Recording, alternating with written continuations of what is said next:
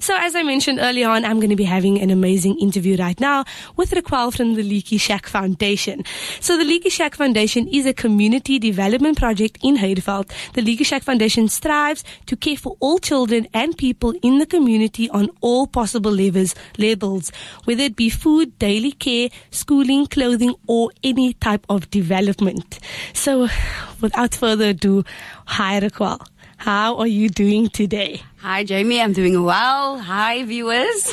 Doing fantastic. For those excited to be here. Yes, you are so excited. For those who does not know, Raquel was raving outside. She said she's so excited. She just needed to take pictures. She needed to take a lot of pictures outside. So, Raquel, let's get into it. So, can you please share with us exactly what the Leaky Shack Foundation is and what you do for your community, besides the amazing introduction that I gave? Just go into depth about it. A bit of detail, okay? Yes, please. So we do a psychosocial program in Heideveld and surrounding areas, Tambo Village, a bit of Menenberg, and so on. And the idea behind the program is to strengthen the minds of young children. The viewers know, we are all familiar with the social ills that's currently happening in the community. And for me, it's heartbreaking to see so many kids going astray. Gangsters are recruiting our children from a very young age, and so that for me is a huge concern. And so the Leaky Shack we strive to strengthen the minds of the children, to build their mentality, to think greater than their circumstances. I grew up in a Leaky Shack, and I know how easily your circumstances can influence the way you think and feel about yourself, And as children, sometimes we cannot help but to learn from what we see. Now imagine we live in a society or in a community where it's gang infested, and there's a lot of negativity happening.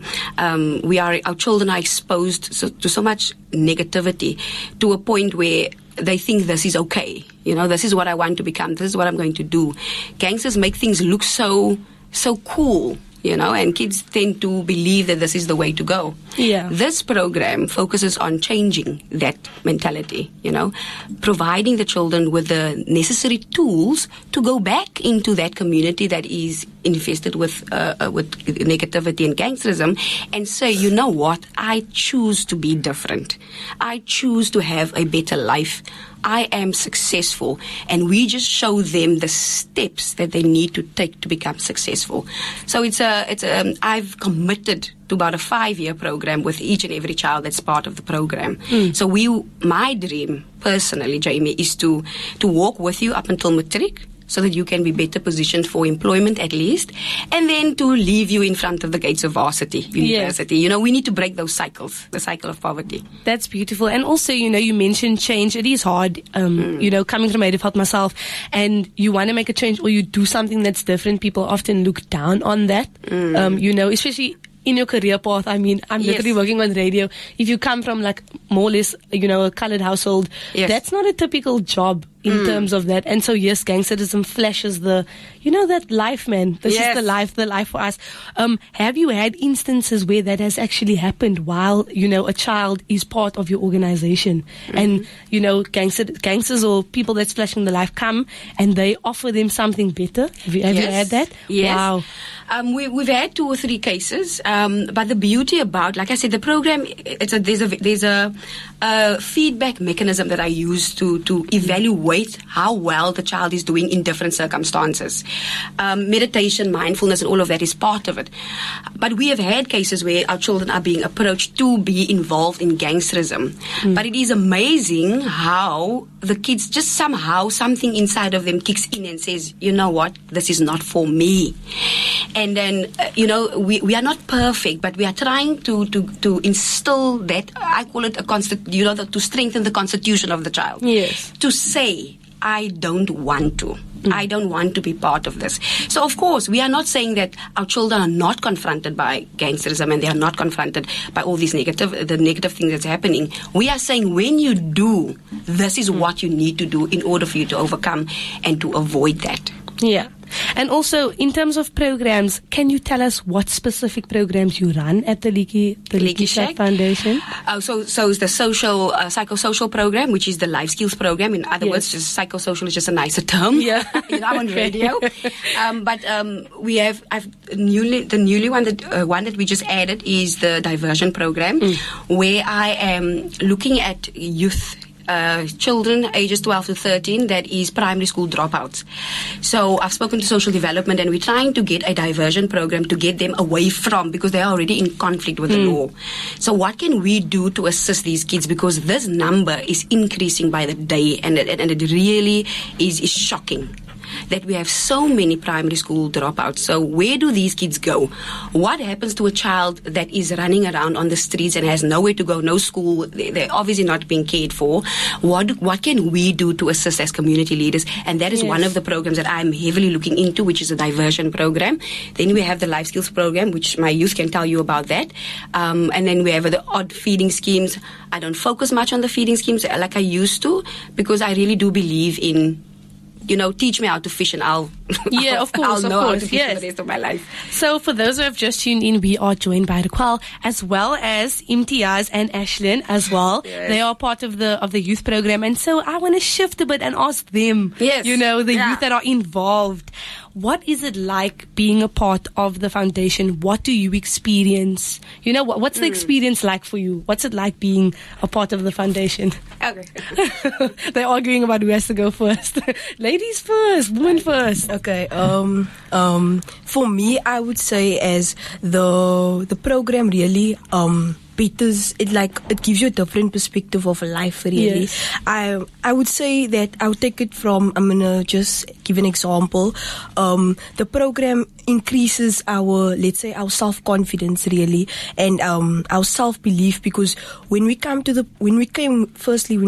program, it was like we didn't believe in ourselves. We thought that our circumstances were really who we were, as if poverty was the outcome of our life. And I would say that I'm much more confident like how I am right now, because if this was me a few months ago, I don't even think I'd be able to do this. So I would say that the program really does improve you. It helps you, really. And I don't think I would ever want to stay out on one day, because it really it's all about learning about your inner self, because I don't think, if I haven't known this about myself, I don't think I would be able to achieve all these things that I've achieved so far. Example, like my report, like it has improved drastically. Yes. Like, I don't know, my imagination it's just wow. It's wow. Imtiaz, you? What's it like? So the program it teaches us life skills, basically. How to deal with certain stuff that they don't teach us at school. Okay. So it teaches us life skills, how to deal with the stress of school and like peer pressure and stuff like that. So the program, that just gives you mindfulness, basically. And what would you say is the most enjoyable part of being, of being in the program? What do you enjoy the most out of it? The excursions, going out. Excursions, yes. Okay. Tell me a bit more about that. Where do you go to? So recently we've been on a hike. Lovely. Where we go to Kirstenbosch and hike, and we've been to the aquarium. That's nice. I wish we could go on teamwork outings, but we don't. We go out and we collect, vox pops, which are, a bit brutal. But anyways, what about you, Asham? What do you enjoy? I would say, well, to me, I would say it's really the friendship there, because we like a family in that circle, in that program, and I don't really fit as well in school as much as I do in the program. Yes. So I would say when I'm in the program, I'm more likely like myself, because the friends that I have at school doesn't really have the mindset that I have at home or with that group of peers, because they really understand what I'm like Yeah, going through. Yes. and when you get to school, it's more likely about the boys, the teenage pregnancies, the drugs, and all of that. So I would really say it's the friendship and the family. That's absolutely amazing. So if you have just joined into Bush Radio 89.5 FM, I was just speaking to the amazing Imtiaz Ardense and Ashley Nell, and they were telling me a bit more about what it's like being a part of, the foundation and being really in it, because they are part of the life skills, the program that's happening there. But shifting on back to you, Raquel, back to you. When you started out, did you expect the foundation to grow as much as it has now? I was confident, but I must be honest, there was a few challenges. There still is, Obviously, we are not funded. A lot of NPOs that does the groundwork, you can hear when I walk in these circles or operate in these circles, we're not really funded. But I did pick up a lot of challenges. I still do, but you see, when God places something in your heart, you cannot shake it, and this will always be the story of my life. This is my purpose.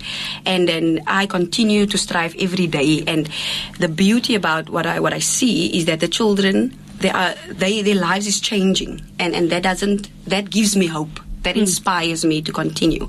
That helps me to continue in the fight, even though we're struggling with a few things. For example, stationery is a big issue because we write all the time. We do a lot of journaling and so on. But we keep going. Yeah, despite anything. And also, in terms of the foundation, do you have any plans for the future in terms of growth? How do you want it to grow? What do you want from it? Yes, so for me, I need my kids to go to university. To break the cycle of poverty for me is self-efficacy, efficiency.